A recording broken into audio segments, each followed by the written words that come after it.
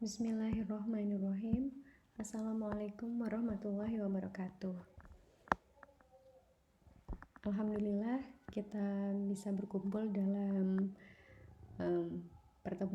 pertemuan pertama di mata kuliah analisis kompleks.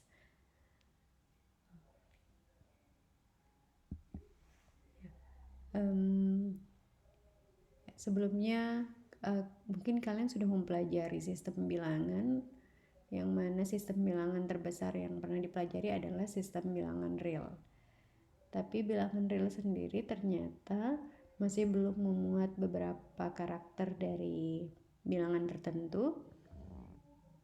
Yang termuat di sana kan ada bilangan bulat, ada bilangan rasional dan bilangan irasional, tetapi ada permasalahan yang solusinya tidak termuat di sana, yaitu contohnya di sini masalah x pangkat 2 ditambah 1. Karena untuk nilai x tambah 2 tambah 1 yang sama dengan 0, nilai x pangkat 2 yang sama dengan minus 1 akarnya tidak ada di dalam bilangan real. Jadi solusi dari persamaan ini adalah x sama dengan akar min 1, yang mana x itu bukanlah anggota dari bilangan real.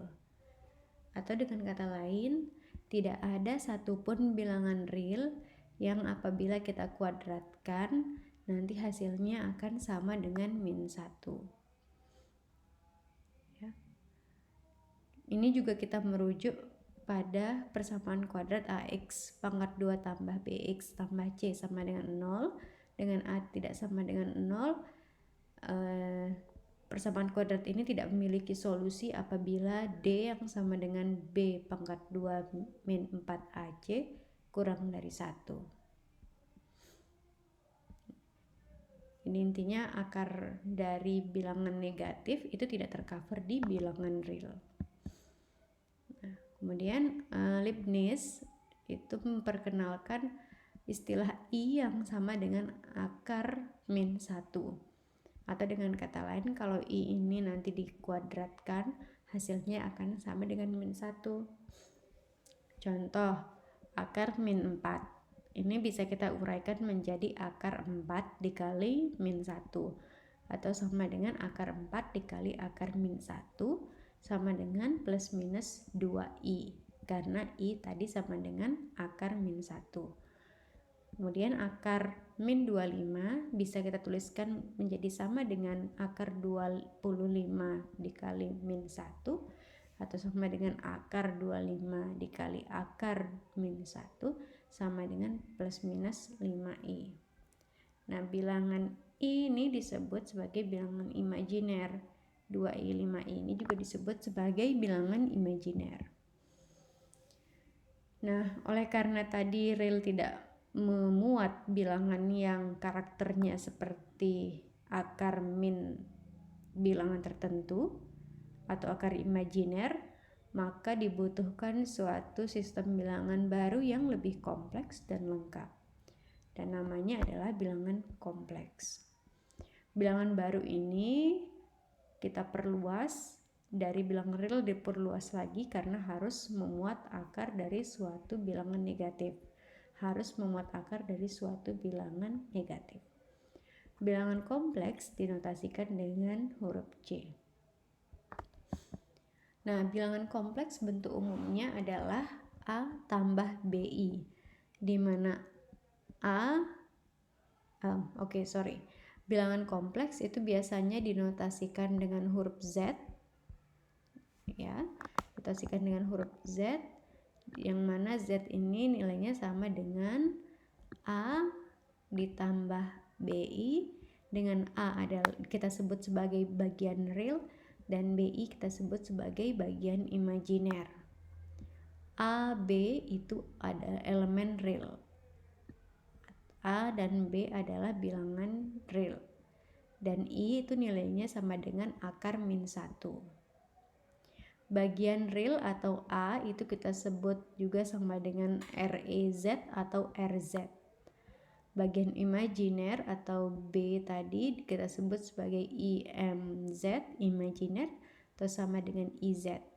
Ini istilah lain dari bagian real dan bagian imajiner. Nah, variabel kompleks adalah istilah yang kita gunakan untuk variabel bilangan kompleks. Kalau RZ-nya sama dengan 0 dan IZ-nya sama dengan 1, maka Z sama dengan I, atau disebut sebagai satuan imajiner. Jadi kalau di sini R-nya ini 0, di sini nilai B-nya 1, maka Z-nya akan sama dengan I. Ya kan? Karena Z sama dengan 0 ditambah 1 kali I. Yang hasilnya Z sama dengan I. Kalau IZ-nya sama dengan 0, maka Z sama dengan bilangan real. Jelas.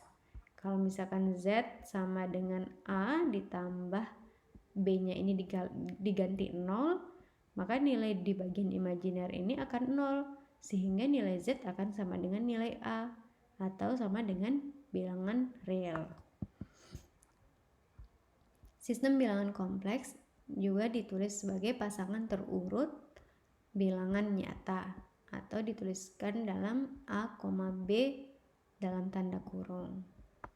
Ini cara penulisan saja ya. Operasi aritmatika. Di dalam bilangan kompleks itu ada juga operasi penjumlahan, perkalian, pengurangan, pembagian.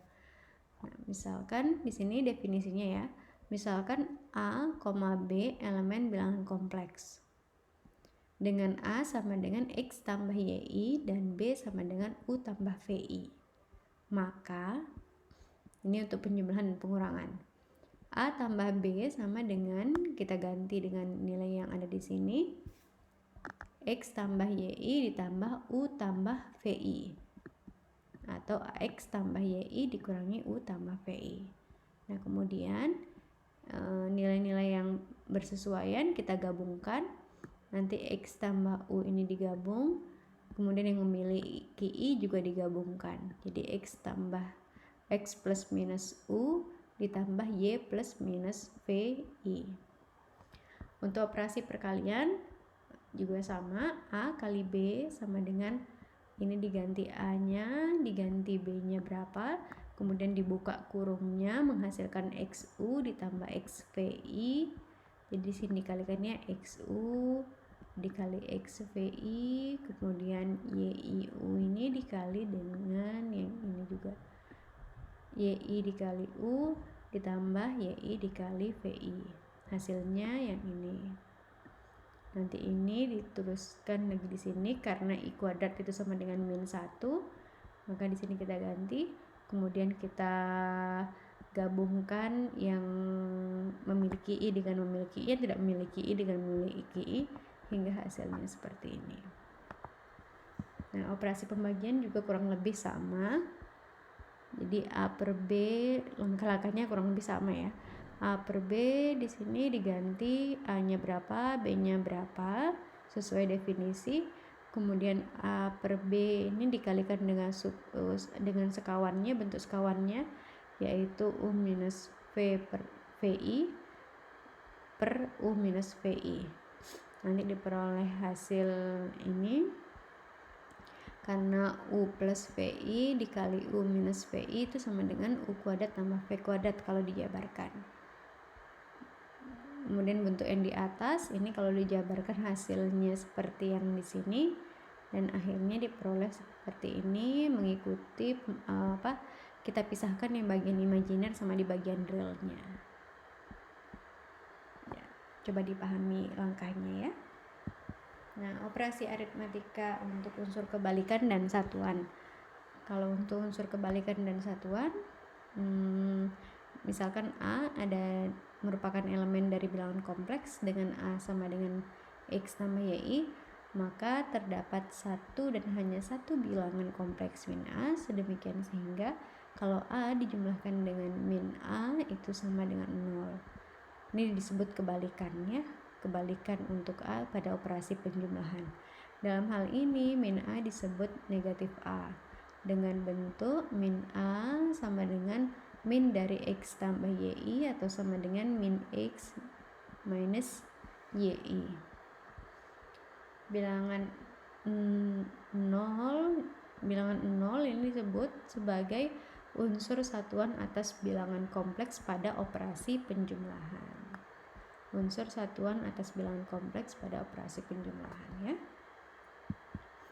Kemudian untuk unsur kebalikan dan satuan khususnya operasi perkalian, kita misalkan juga sama, A-nya di C, di mana A sama dengan X tambah YI, maka terdapat satu dan hanya satu bilangan kompleks A pangkat min 1 atau 1 per A, sedemikian hingga A kali 1 per A sama dengan 1.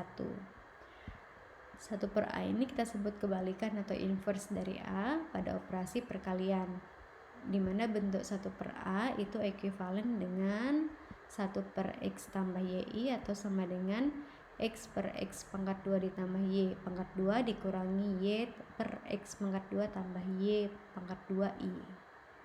Nah, bilangan 1 disebut sebagai unsur satuan atas bilangan kompleks pada operasi perkalian. Nah, nanti kita lanjut ke contoh soal. Misalkan A-nya 3 tambah 2I, B-nya 1 tambah 2I, kita akan tentukan A tambah B, A minus B, A kali B, A per B, minus A, dan 1 per A.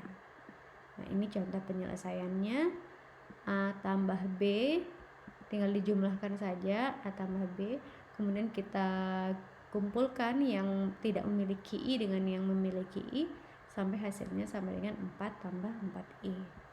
A minus B juga sama langkahnya dengan A plus B. Tinggal dituliskan saja A-nya nilainya berapa, B-nya nilainya berapa, kemudian dikumpulkan lagi tadi yang yang tidak memuat I dengan yang memuat I, nanti hasilnya tinggal dituliskan.